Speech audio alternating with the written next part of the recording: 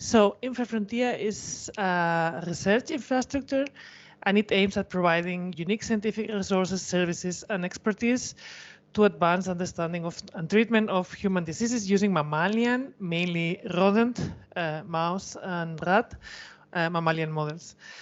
INFRAFRONTIER and rare diseases. So I will come to this later, but I wanted to put something at the beginning about rare disease because this is we are now in EJP. So INFRAFRONTIER uses rodent models for unraveling gene functions, and with the aim at the general understanding of human health and diseases. As I told you, it's not specific for rare diseases, but we also have mouse models for rare diseases. Animal models are of invaluable value for biomedical research, especially in the context of rare diseases where the prevalence is so low, because you may not have enough information from patients, and then it's great if you have mouse model. And even if there's not a mouse model, if the mutation causing a certain rare disease is known, we can generate a mouse model for this rare disease. And currently we have over 1,800 mutant mouse strains that are potentially relevant for rare diseases. So back to INFRAFRONTIER. I told you it's a research infrastructure, so European research infrastructure for the generation, phenotyping, archiving, and distribution of mammalian models. And it's a consortium of leading European research institutions with 29 partners in 15 countries. So here you have the Europe map with the different European partners, but we also have partners in Canada and Israel.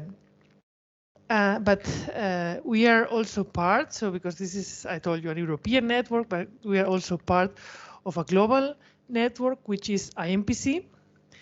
IMPC stands for International Mouse Phenotyping Consortium, and it aims at the systemic phenotyping of knockout mice for all around 20,000 protein coding genes in the murine genome, with the objective of elaborating a comprehensive catalog of gene functions. They produce a lot of phenotyping data and a lot of mice strains, and all this is made openly available to the biomedical community. In this wall map, you can see all IMPC nodes, and I wanted to bring your attention here. All European IMPC nodes are also INFRAFRONTIER partners. And regarding the mice produced by IMPC, INFRAFRONTIER is the largest distributor of IMPC lines worldwide, and we do around 300 shipments of IMPC lines per year. So I told you in the last slide about systemic phenotyping. This work is done in the mouse clinics at these IMPC nodes, and they all have a standardized pipeline that is agreed among all of them in order to increase the reproducibility. And this, systemic phenotyping in the mouse clinics offer a whole system screen covering more than 500 parameters in different disease areas and organ systems, and it has the added benefit of obtaining maximum information using a minimum amount of animals, which is always good.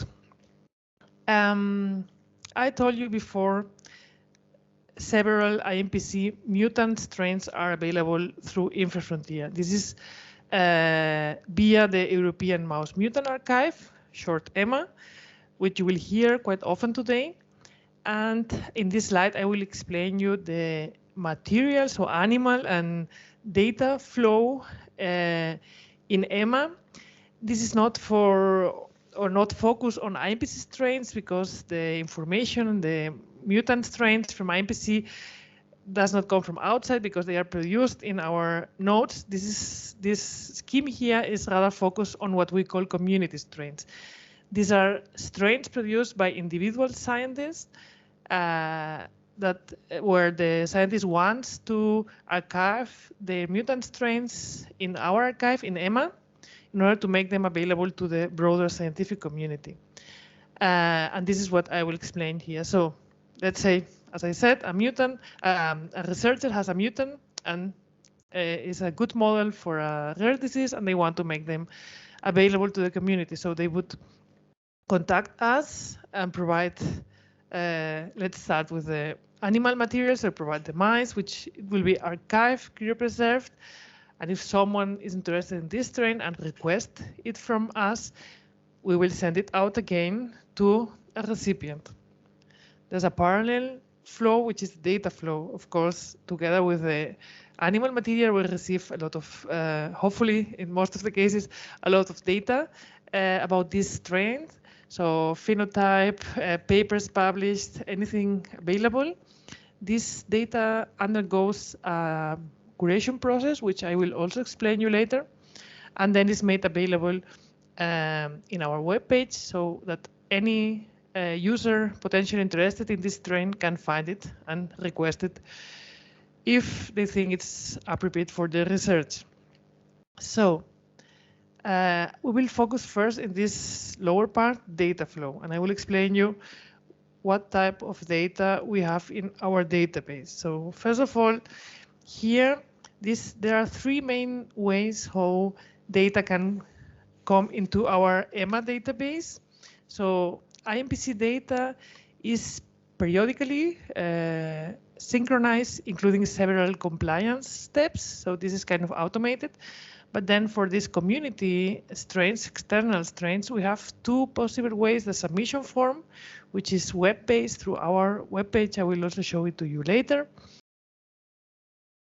A step-by-step submission where scientists are asked several questions. If someone wants to submit a bunch of strains and doesn't necessarily need to go to the submission form one by one, we all the steps, so we can offer this batch import, which is mainly providing a spreadsheet where they can fill in their information and avoid this tedious submission form for several strains. And then we can take care of inserting the information in the database. And what kind of information? So currently we have about or more than 8,000 mutant mouse strains archived in EMA. When they are entered in the database, they get a stable and unique ID.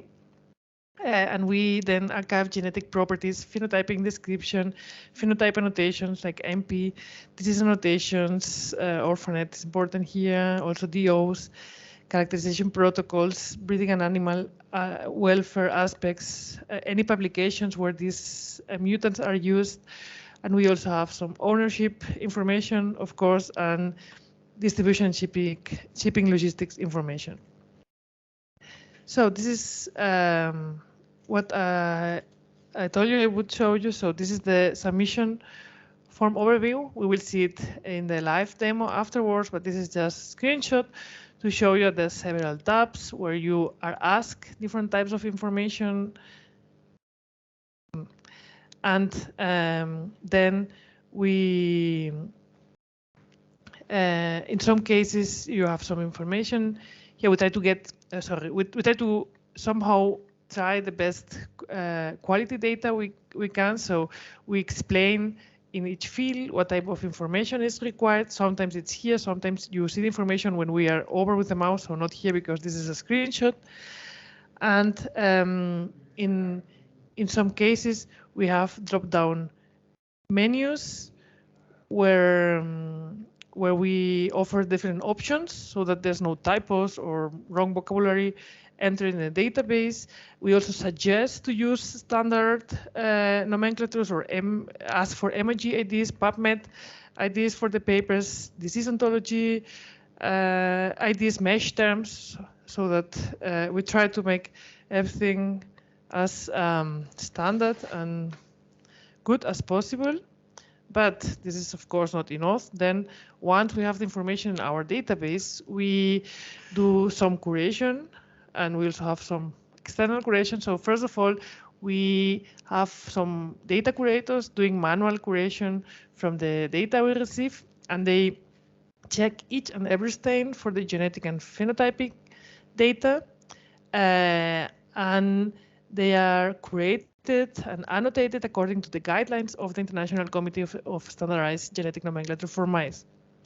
These curators, they use identifiers, or they identify in the data provided or in published papers and annotate each strain's mutant gene and allele expressed on genes, backgrounds, with their standard, as I told you before, MGI names, MGI symbols, web links, whatever is available. And if applicable, they also annotate and present the model human diseases according to disease ontology classification, which is also adopted by MGI. So now I've mentioned a couple of times MGI. And for those of you who doesn't know what is MGI, so this is the Mouse Genome Informatics, MGI. Curation at MGI. Sorry, I don't know why my slides keep changing. So MGI supply experimental literature-based annotation to mouse gene products, as well as electronic-based annotation. And EMA curators are in close touch with MGI, so that if the submitted alleles are not yet registered MGI, they take care of registering them. So this annotation, so especially the genes and alleles IDs, are really important in order to be able to then retrieve phenotype and disease information from other sources. And these are, this slide, I won't go into detail, but it's showing the different mechanisms we have in place in order to retrieve information from MGI, IMPC, disease ontology, and also OrphaNet via the ontology lookup service. This information is stored in our database and also showed then through the INFRAFRONTIER website. Yeah, so all these steps of trying to get high quality information from the data providers and mouse providers, and also the different curation steps are thought in order to make the EMA data fair, so findable, accessible, interoperable, and reusable, which is also a hot topic in EJPRD. And the INFRAFRONTIER database has been, or INFRAFRONTIER EMA database has been selected as a verified data resource by the International File Sharing Consortium. And we also collaborate in this sense with other European life science research infrastructures in the EOSC Live project. So, and this is aiming at implementing and disseminating open, fair data resources for biological and medical research in EOSC. So we're coming now to rare diseases. So INFRAFRONTIER in EJPRD, we set up during 2019 a rare disease specific landing page where a rare disease community can find INFRAFRONTIER information relevant for them, like a research rare disease conference involving INFRAFRONTIER, for example. But we also implemented a rare disease resource where EMA strains that are potentially related to rare disease and publications about these strains can be found. The INFRAFRONTIER rare disease relevant information will be also accessible through the virtual EJPRD virtual platform when this is in place. And again, sorry. And this is, and we are also working on linking INFRAFRONTIER with other EJPRD resources. We had fruitful discussions with our colleagues from GPAP regarding this, started working on a use case. At some point we needed to stop, but we will resume this next year. So, and this is the landing page I just mentioned, where the different rare disease resources can be found. So first of all, this here where you can find all rare disease related mouse strains available from EMA. This is the second one where you can find the papers where these strains listed above are described or used. And then this is the third one where you can find out about rare disease related INFRAFRONTIER events. Regarding the first one, I put some numbers together here. So currently we have over 1,800 mouse strains with mutations in over 1,000 genes, and that are potentially related to over 1,400 rare diseases. And in this plot, I try to show you how these numbers that I just mentioned evolved since we established this landing page. So in 2019 in blue, last year 2020 orange, and this year 2021 in yellow. So thanks to the big efforts in curation and annotation of our data, and also new additions to the archive, so these numbers have really increased this year. So, and we are really proud of it. I've mentioned a couple of times, I said something like EMA strains potentially related to a rare disease. I will explain you now how we do this connection between a strain, a mutant mouse strain, and a rare disease. So first of all, we have our database, the different strains, and then with the MGA annotations, we know which gene is mutated in this strain, and look for the mouse gene symbol. Then using ensemble, we look for the human ortholog, and then once we have this human ortholog, we query ORPHANET to look for all potential rare disease related to this gene. And this is how we make this connection. And this information is displayed currently in the INFRAFRONTIER Rare Disease Resource page, but we also highlight the rare disease information in the central EMA strain search, which I will show you soon. And in the future, this information will also be available through the EJPRD virtual platform, and hopefully also via other EJPRD resources. So we're coming now to the live demos. So I will first show you how a potential researcher working on a certain rare disease can look for strains that could be a model for this rare disease and order them. So, and this is the use case I phrase here. So just looking, my slides keep going back and forth a line. I will go now to our main web page. So I will, this is how can you see my browser now? I hope so. Yeah. Okay, thank you. So this is how our main page looks like, and we have here these EMA strains where we can look for any gene phenotypes or different strain name, DO name. In this case, I will look for an. Perhaps yes? It would be useful to zoom a little bit, because I think it shows very small. Sure. Is it better now? Much better, thank you. So I will look here for an ORPHA code that I picked as an example. So this one, and I get a list of 10 strains that could be a model for these rare diseases. And I will just take one of them so that you can see which kind of information we have here for each strain. So you can expand this with a plus sign, and then you have general information. So MID, which gene is mutated, the strain name, what you can obtain from EMA, then information from provider.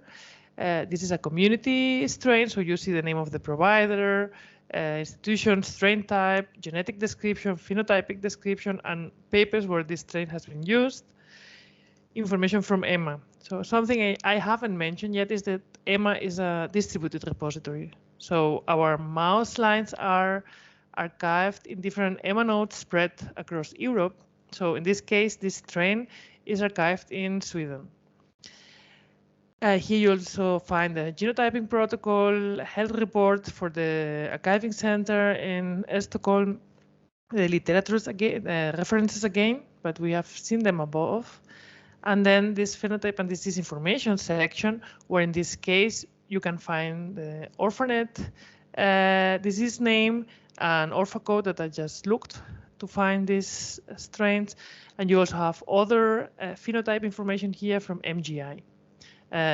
So the ones linked to the allele present in this mutant, and the ones linked to the gene which is mutated in this mutant. I found these strains now via the general EMA strain search, not the specific rare disease resource. But we could also come here. So in the main EMA INFRAFRONTIER webpage, we have here rare diseases, and we come to the landing page. And here we have the strains.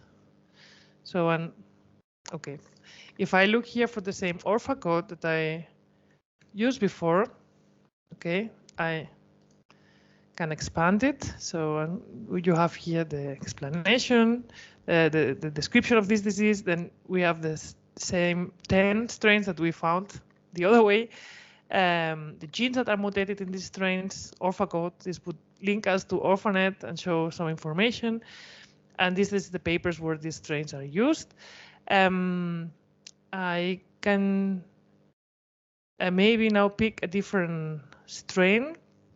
This is an IMPC strain, so not a community strain, but a strain produced for IMPC in the German node. And here you will see, okay, the same information that we have seen before, some standard EUCOM information. In this case, the provider is the German IMPC node, an EMA node. Let's say once you have seen the information, no, I forgot the important thing here. In this case, for the phenotyping and genetic description, you have links to the IMPC portal. And if you click here, you will be in the IMPC portal, where you can see all phenotyping information available for this mutant.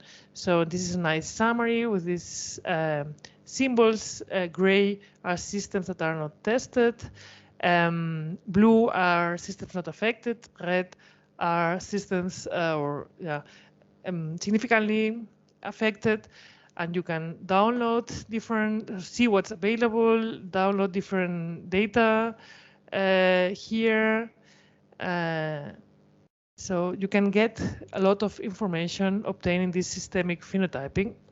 But let's go back to our web page and say you have checked, for example, for these IMPC strains, the information available, and you think this would be also relevant for your research. So you can just click on order, fill in the recipient or principal investigator information, shipping contact, billing address, billing contact. Then this is already pre-filled. This is strain ID and name. Then you need to select whether you want frozen material or live mice. And then the type of user. So usually most of our users are academic users. Some IMPC strains are available through industry users via another company where there's an agreement, Genoway. And the community strains, they can be made available to industries as well, but I will explain this to you later. And this third option, commercial service provider, it's just if an academic user wants to use a company, for example, for breeding the mice or for obtaining live mice from frozen material, then they would need to check this option. And last but not least, here you need to check, of course, that you have read, understood, and agree to the EMA repository conditions and the data privacy statement. And then you can submit your order. Since I haven't filled the information, so I cannot do it now, but I can come back to my slides and I can show you what happens when you submit a request. You get automatically an email with different informations, which I will summarize here. So it's a confirmation email with the quality control level applied to this strain. So different collections have different levels of quality controls. You can see this information already before placing your order, but it comes again together with the confirmation email. You have an attached PDF request summary and also an attached MTA if this is needed for the distribution of this strain. It's not always the case. In this email, you are also told that distributing EMA node will contact you soon, and they will help you organize the paperwork. So MTA permissions, courier for the shipment, and anything needed, and will clarify all the request details. And I just want to make clear at this point that this is not like ordering a book at Amazon. So it implies sending live animals or cryopreserved material, biologic material around, and of course it's not that trivial, but our partners are experts and know how to solve all this paperwork as fast as possible. So now we will have the opposite, or the other side of this scheme. So let's say you are a rare disease researcher, you have generated a new mutant that is a good model for a rare disease, and you want to share it with the scientific community and deposit it at EMA. So in this case, I will go again to our web mem page. So you have here deposit mice. You can come here. You would have here general information page about how everything works. But in the second place, you have the submission form. First of all, you need to read this, which is general information, how the process works, how long it takes. It contains the link to the EMA repository conditions that you also need to accept when submitting a strain to EMA. And some important things to know. So submitter must be the strain owner, or at least have permission from all owners to deposit the strain into the EMA repository. If there's also important, because sometimes we receive multiple strains somehow mixed in one submission, so multiple strains need to be submitted one by one. And then some technical aspects here that are also important to know before submitting a strain. That you need to accept, again, repository conditions, data privacy statement. You can subscribe to newsletter when you introduce your email. I will do it now so that we can come in and see how the submission form looks like. Okay, so this is it. Once you do this, enter your email and submit it, you get an email. And okay, I have a screenshot, but I think I can just explain it. So this email sends you a link to this submission form that you just started, and explains you that you can at any point enter some information, leave the submission, close the window, but you can use this link to resume your submission, and all information that was there will be saved. And then I can show you, for example, let's introduce here just some tests here. That's what I told you before. You are offered several backgrounds. If your background is not there, you can also say, okay, others, please specify, then test. Mutations, you need to select type of mutation and further information, which is not required. So I will just now saved in this case. So as you see, when you save, did I miss any step? I think test does maybe already exist. This should. Okay, usually when you save but it's not working now, probably miss something. This red cross turns into a blue tick so that you see, okay, I finished this step, I can go to the next one. You don't need to do them in this order. You can do it in a different order. You have here you can introduce any paper using this strain. Here you can introduce DO terms, research areas using mesh terms, and enter different information. In the contact information, you need to provide submitter, producer, and shipper information. And here, important at the end, at any point during your submission, you can export to PDF. If you click here, so of course this will be empty now because I haven't introduced any data, but you will see, okay, you will get the full submission and see what you have already provided, what's still missing, so that you can take this PDF with you and ask your colleagues or fill whatever is missing, and then maybe come back using the link that you have received in your email. So come back to the submission form and enter the missing information. And when you are finished, so this won't work now because all steps are still pending, but when all steps are filled, you can click submit, and then the information arrives to us. And I will go back now to our slides. Okay, so this is when you submit all the information, you receive a confirmation email, and you are mainly told that the strain will now be evaluated, but I think I will better explain it here. So what happens upon submission? We in the Central Coordination Office check if all information needed is there, if everything makes sense. If something is missing, we will contact you, or unclear.